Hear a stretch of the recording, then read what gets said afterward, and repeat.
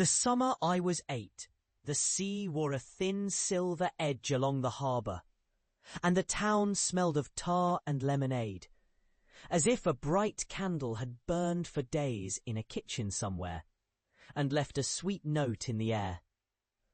I remember the boats rocking like drowsy horses, and my mother's hands, brown with sun, pinning my hat against my hair so it wouldn't fly away on the wind.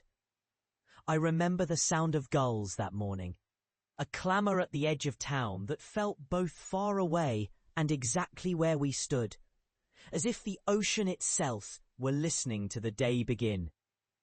We spent those days along the water and the shoulders of the hills, where the cottages wore their weathered paint like a secret you could press your ear to and listen to for hours. The air carried the scent of salt and old rope, the faint sweetness of peach jars cooling on windowsills, and a kind of quiet that only a seaside town learns to cradle when the sun is a little too bright and the days stretch thin as a thread. I would walk between the businesses and the wide grey-blue line of the harbour, and if I closed my eyes, I could still hear the kitchen clock in grandmother's house, ticking with a patient, faithful rhythm, as though time itself took its tea here and did not hurry. On the edge of the town stood a small lighthouse, weather-beaten and stubborn against the wind, like a fixed fort in a child's mind. The keeper's door was always slightly ajar, and if you leaned in just a little, you could hear the faint clink of metal and the soft, steady murmur of the clock within. The keeper was a man named Mr. Hale, with a face that carried the sea's own weather, sunburned, creased in lines where laughter had lived, and eyes the colour of shallow waves after rain, calm and searching at once. He wore the kind of jacket that had endured many storms, and a scarf that looked more like memory than fabric. He did not rush, not even when the town's children crowded the lighthouse's stairs, pretending bravery as the spirals turned and the steps rose. One afternoon, after the market had cleared and the heat lay heavy over the wooden docks, a door opened to admit a coolness that smelled of old brass and rain. Mr. Hale invited us to climb. My sister held my hand so tight that I could feel the pulse of her fear and her pride. She had a tremor of both, a child's alarm and a child's stubborn wish to belong to something braver than the ordinary. We climbed slowly, counting the different kinds of light that slipped through the glass green, amber, pale blue, as the sea outside turned into a painting watched from the frame of the lighthouse's glass shell. At the top, the world opened wide and small all at once. The horizon lay like a long, quiet line sheeted in gold, and the town below was a map of tiny choices, where we'd walked, where we'd laughed, where we'd learned to keep our voices low so the old folks could rest in the shade of the porch. Mr. Hale spoke softly, as if the sea itself were listening to him tell us secrets that had travelled for miles on the backs of ships. He spoke of storms that came without warning, and of patience, of how a lighthouse stands to tell others where to go, even when the night is loud with fear. Then he showed us a brass pocket compass, inscribed with a name I never learned, which he kept finger warm in his palm, as if it remembered every journey it had ever guided. He explained with a whisper that felt almost sacred that a compass is not only for finding a direction, but for finding a calm centre when the world tilts. After that day, I visited the lighthouse often, not for the thrill of climbing, but for the listening. Mr. Hale did not fill our minds with big promises. He filled them with small truths, the way the sea sounds at different tides, the memory of a gull's cry echoing off the water, the way a hand on your shoulder can be both steady and distant, as if it belongs to someone who is not in the room, but still shows you the way to breathe.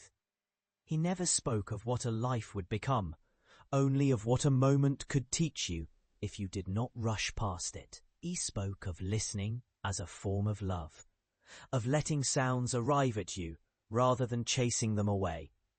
I learned to listen not just with my ears, but with the skin of my face, the line of my spine, the hollow at the base of my throat, where fear can gather invisible as mist.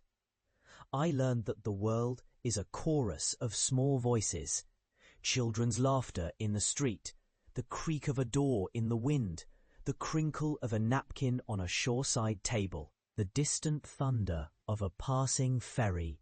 The memory of those days grew into something like a patient habit. I carry a quiet attention for ordinary things, a belief that there is a meaning hidden in the ordinary if you look long enough and listen with care. And so that summer, beneath the salt air and the lighthouse's patient gaze, I became someone who learned to honor the soft, daily rituals that hold a family together. The way grandmother lines up cups before tea, the way the kitchen clock ticks even when the room is full of people, the way a whispered joke between siblings can stitch a room back together when someone grows tired of the day. I learned that meaning is not a blaze, but a lamp left on, something to be tended and lit again each time the sun sinks and the evening grows cool. Years have folded one over the other since then, and the harbour has changed its colour 100 times in the memory of my old eyes. Boats have come and gone. The market's scent shifts with the season. The lighthouse keeps its stubborn watch, though perhaps the light is dimmer than it once was. Yet I can still hear the click of the compass's tiny needle when I close my eyes, can still feel the wind that smelled of brine and pastry dough, and the closeness of a child's hand in mine. The sea has turned my skin into a map of small revelations, the way patience shows itself as waves that never hurry away, the way attention becomes a kind of tenderness, the way listening becomes a doorway to mercy. In the end, what those days gave me was not a plan for a grand life, but a quiet weather report for the heart.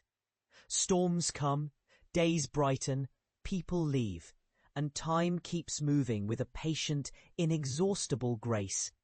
What remains is a habit of noticing, the small, almost invisible things that would vanish if I did not pause to name them.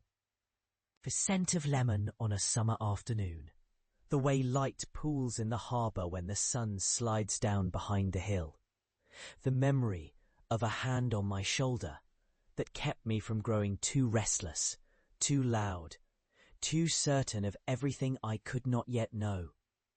I tell this memory to you now, the way a grandmother tells a bedtime story to a grandchild who already knows the ending, but loves the cadence of the telling.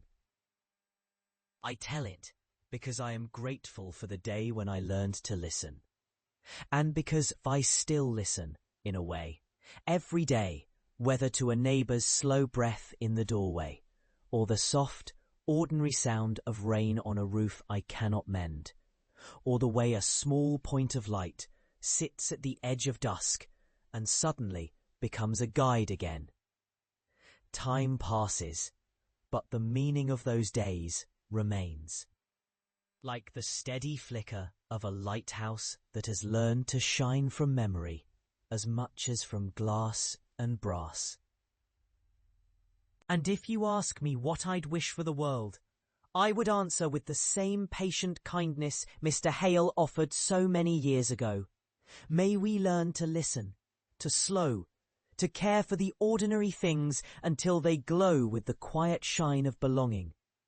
May we keep a lamp lit for the small truths we carry, so that when the long road wears down our feet and we forget the shape of our own voice, we can still hear the old harbour, still feel the harbour's wind, still know, in the deepest part of us, that we were not merely moving through life, but gathering meaning as we went.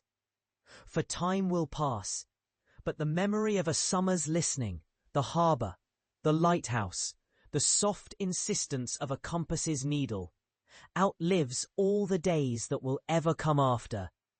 And for that, I am endlessly grateful.